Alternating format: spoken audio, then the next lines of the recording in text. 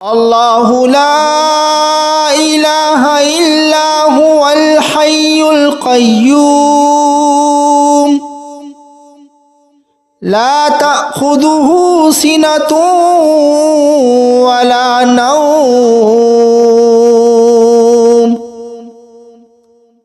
له ما في السماوات وما في الأرض ما ذا الذي يشفع عنده إلا بإذنه يعلم ما بين أيديهم وما خلفهم ولا يحيطون بشيء من علمه إلا بما شاء وسع كرسيه السماوات والأرض ولا يؤوده حفظهما وهو العلي العظيم ياسين والقرآن الحكيم إنك لمن المرسلين على صراط مستقيم تنزيل العزيز الرحيم لتنذر قوما ما أنذر آباؤهم فهم غافلون لقد حق القول على أكثرهم فهم لا يؤمنون إنا جعلنا في أعناقهم أغلالا فهي إلى الأذقان فهم مقمحون وجعلنا من بين أيديهم سدا ومن خلفهم سدا فأغشيناهم فهم لا يبصرون وسواء عليهم أنذرتهم أم لم تنذرهم لا يؤمنون إنما تنذر من اتبع الذكر وخشي الرحمن بالغيب فبشره بمغفرة وأجر كريم إنا نحن نحيي الموتى ونكتب ما قدموا وآثارهم وكل شيء أحصيناه في إمام مبين واضرب لهم مثلا أصحاب القرية إذ جاءها المرسلون إذ أرسلنا إليهم اثنين فكذبوهما فعززنا بثالث فقالوا إنا إليكم مرسلون قالوا ما أنتم إلا بشر مثلنا وما أنزل الرحمن من شيء إن أنتم إلا تكذبون قالوا ربنا يعلم إنا إليكم لمرسلون وما علينا إلا البلاغ المبين قالوا إنا تطيرنا بكم لئن لم تنتهوا لنرجمنكم وليمسنكم منا عذاب أليم قالوا طائركم معكم أئن ذكرتم بل أنتم قوم مسرفون وجاء من أقصى المدينة رجل يسعى قال يا قوم اتبعوا المرسلين اتبعوا من لا يسألكم أجرا وهم مهتدون وما لي لا أعبد الذي فطرني وإليه ترجعون أأتخذ من دونه آلهة إن يردني الرحمن بضر لا تغني عني شفاعتهم شيئا ولا ينقذون إني إذا لفي ضلال مبين إني آمنت بربكم فاسمعون قيل ادخل الجنة قال يا ليت قومي يعلمون بما غفر لي ربي وجعلني من المكرمين وما أنزلنا على قومه من بعده من جود من السماء وما كنا منزلين إن كانت إلا صيحة واحدة فإذا هم خامدون يا حسرة على العباد ما يأتيهم من رسول إلا كانوا به يستهزئون ألم يروا كم أهلكنا قبلهم من القرون أنهم إليه لا يرجعون وإن كل لما جميع لدينا محضرون وآية لهم الأرض الميتة أحييناها وأخرجنا منها حبا فمنه يأكلون وجعلنا فيها جنات من نخيل وأعناب وفجرنا فيها من العيون ليأكلوا من ثمره وما عملته أيديهم أفلا يشكرون سبحان الذي خلق الأزواج كلها مما تنبت الأرض ومن أنفسهم ومما لا يعلمون وآية لهم الليل نسلخ منه النهار فإذا هم مظلمون والشمس تجري لمستقر لها ذلك تقدير العزيز العليم والقمر قدرناه منازل حتى عاد كالعرجون القديم لا الشمس ينبغي لها أن تدرك القمر ولا الليل سابق النهار وكل في فلك يسبحون وآية لهم أنا حملنا ذريتهم في الفلك المشحون وخلقنا لهم من مثله ما يركبون وإن نشأ نغرقهم فلا صريخ لهم ولا هم ينقذون إلا رحمة منا ومتاعا إلى حين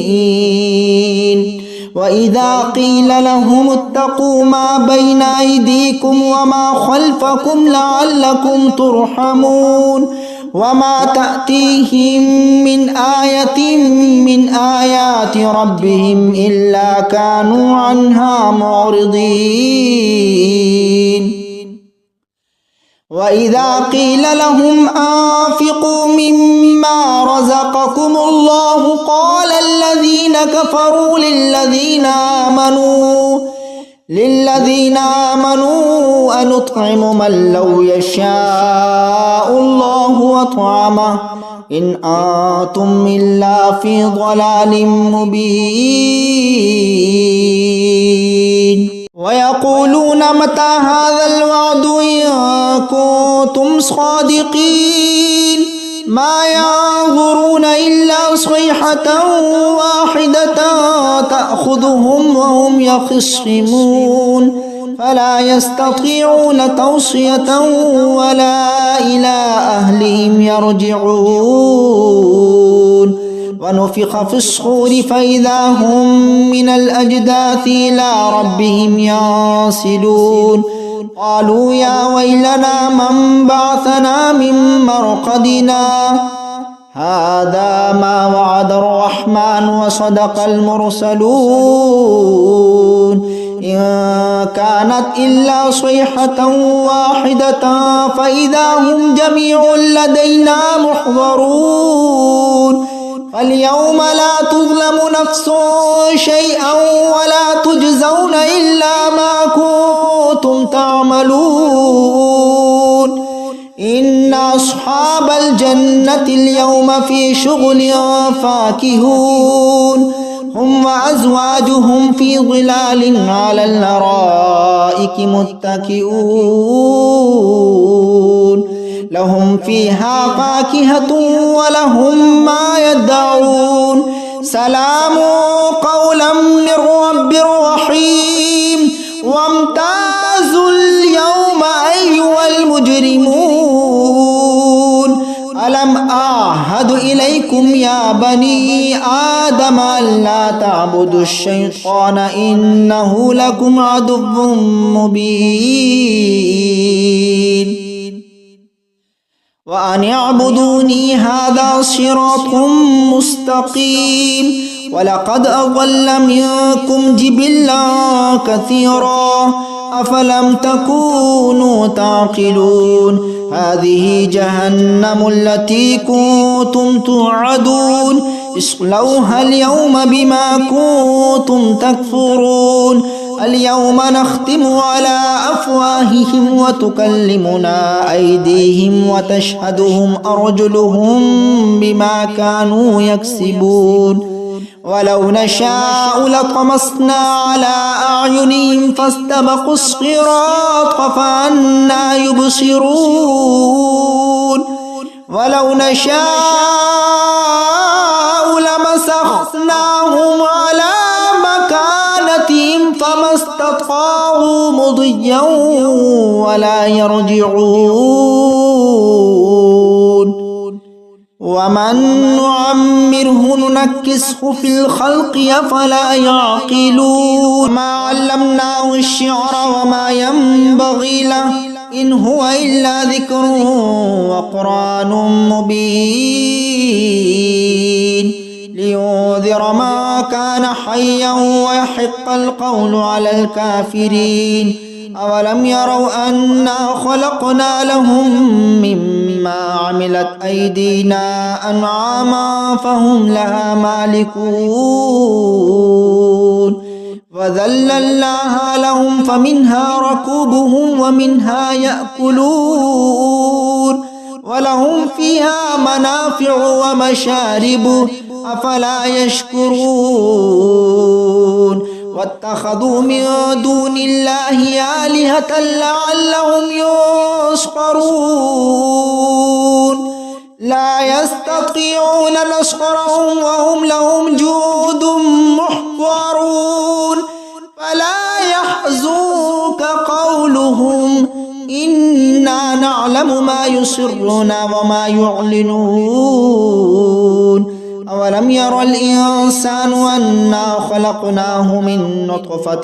فإذا هو خصيم مبين وضرب لنا مثلا ونسي خلقه قال من يحيي العظام وهي رميم قل يحييها الذي أنشأها أول مرة وهو بكل خلق عليم الذي جعل لكم من الشجر الأخضر نارا فإذا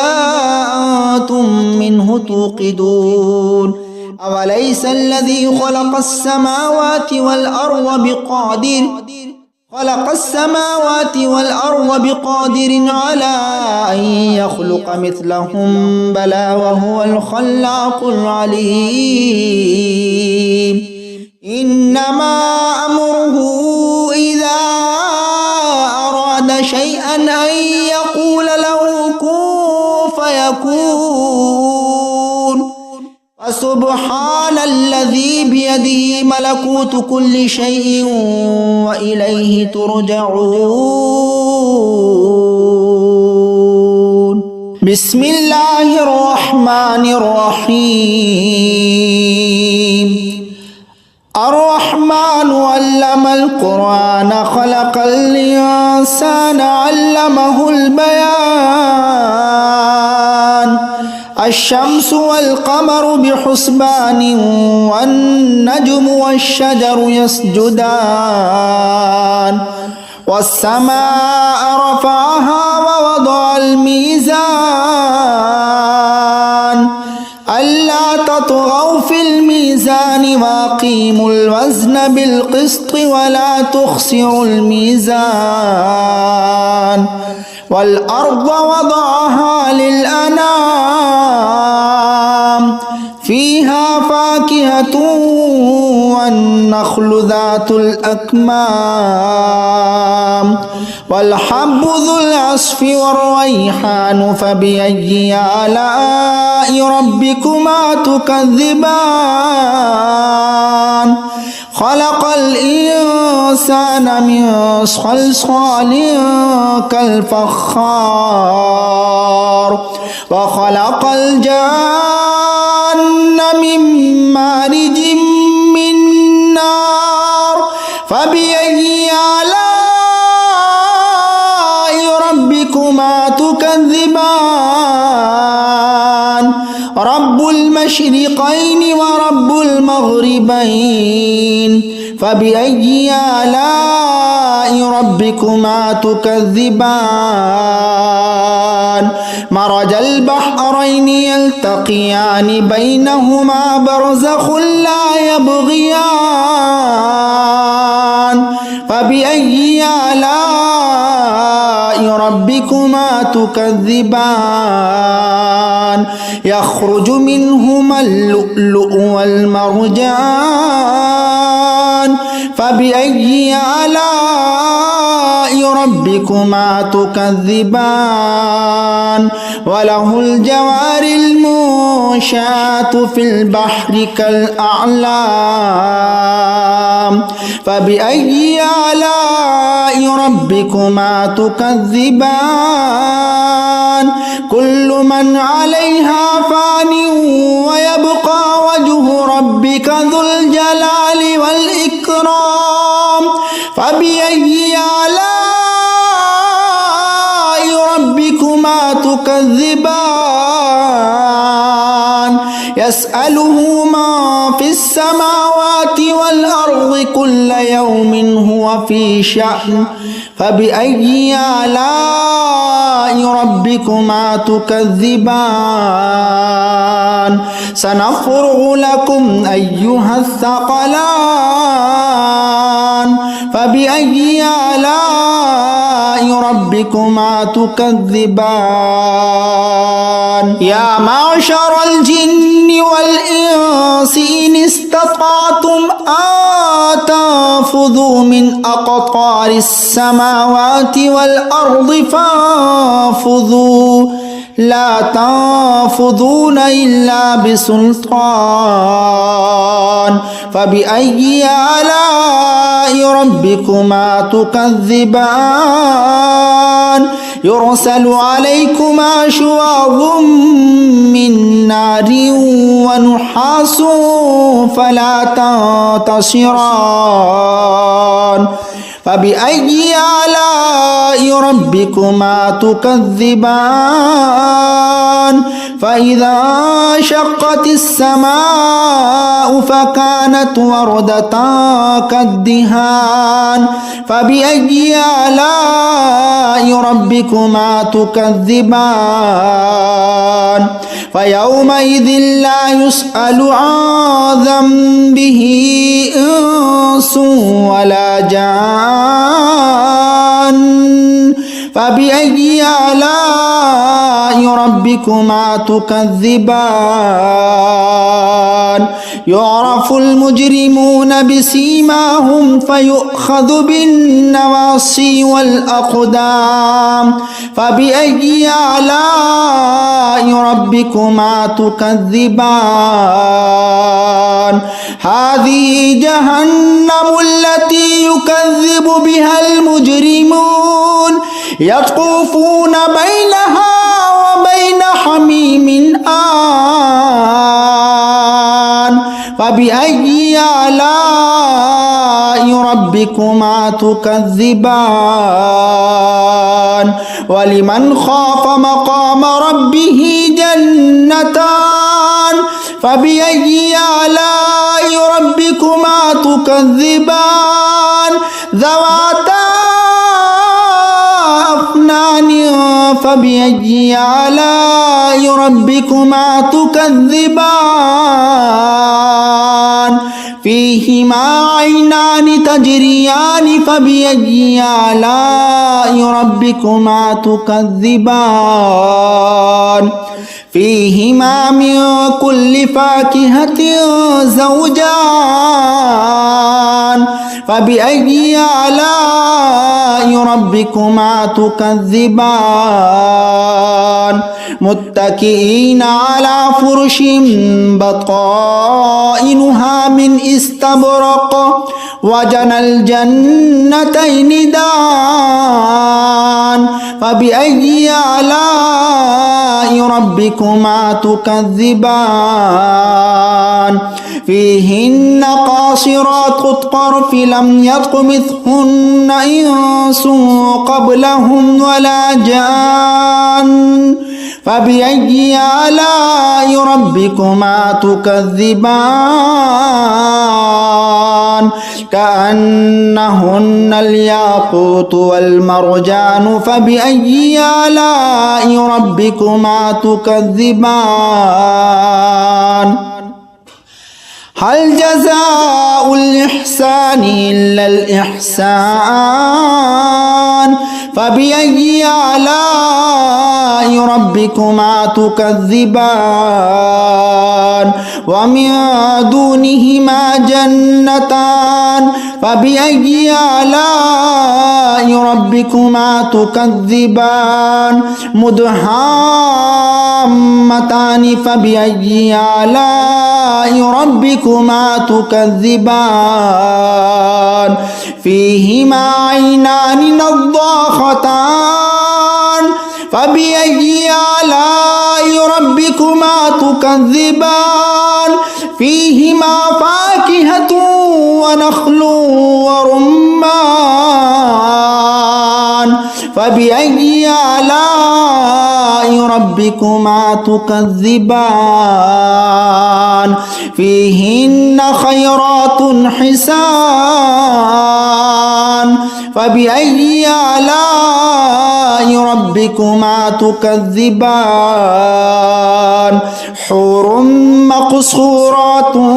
في الخيام فبأي آلاء ربكما تكذبان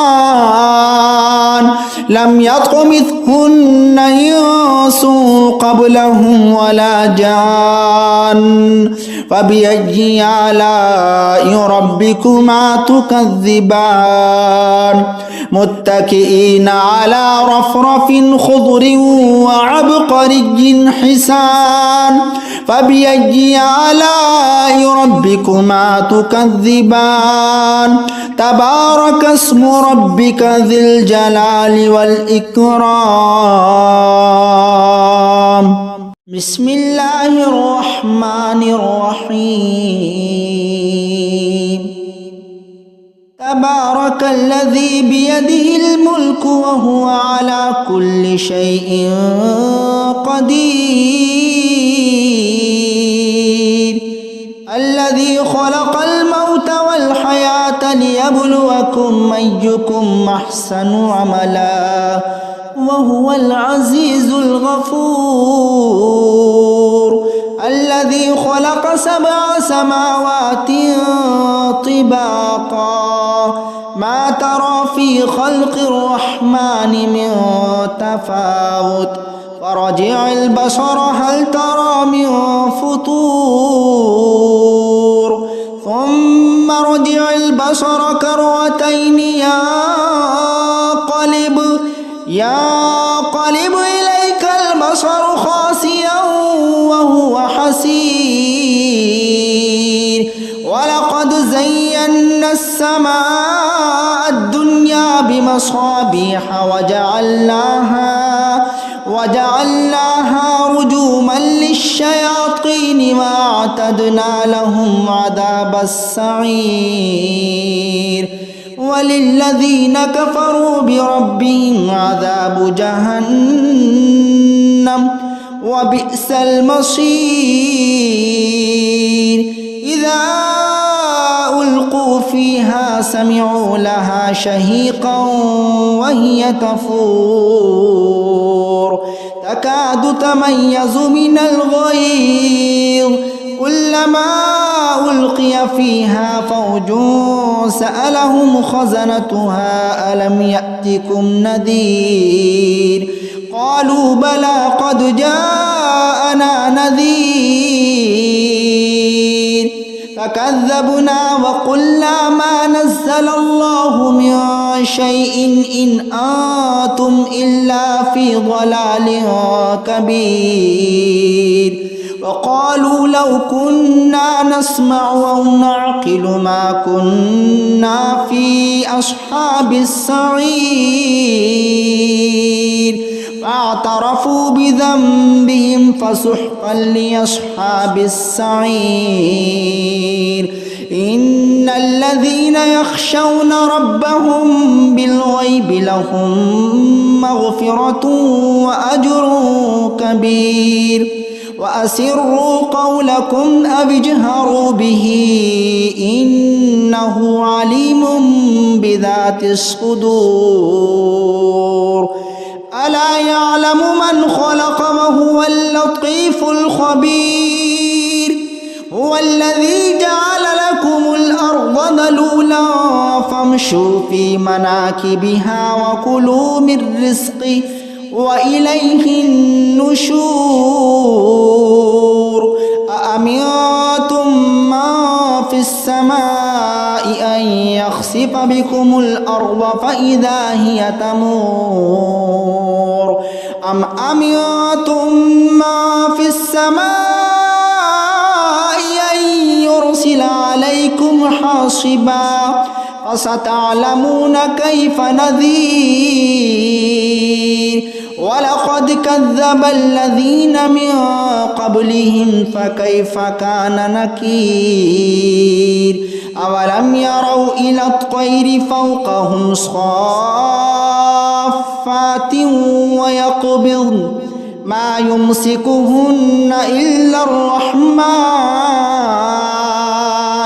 إنه بكل شيء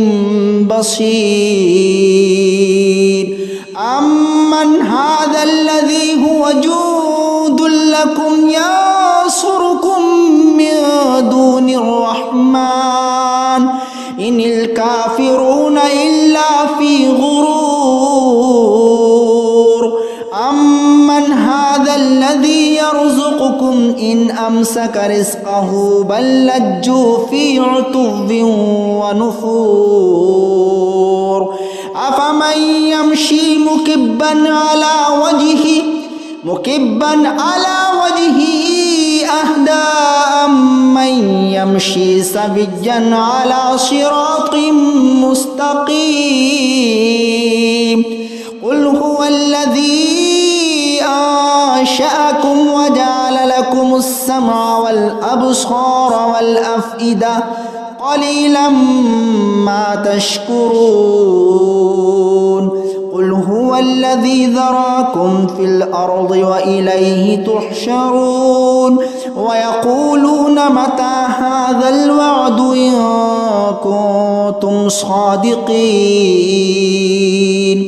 قل إنما العلم عند الله وإنما أنا نذير مبين فلما رأوه زلفة سيئت وجوه الذين كفروا وقيل هذا الذي كنتم به تدعون قل أرأيتم إن أهلكني الله ومن معي أو رحمنا فمن يجير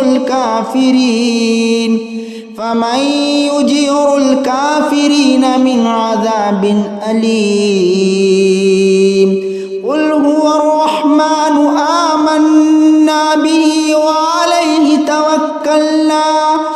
فستعلمون من هو في ضلال مبين قل أرأيتم إن أصبح ماؤكم غورا فمن يأتيكم بماء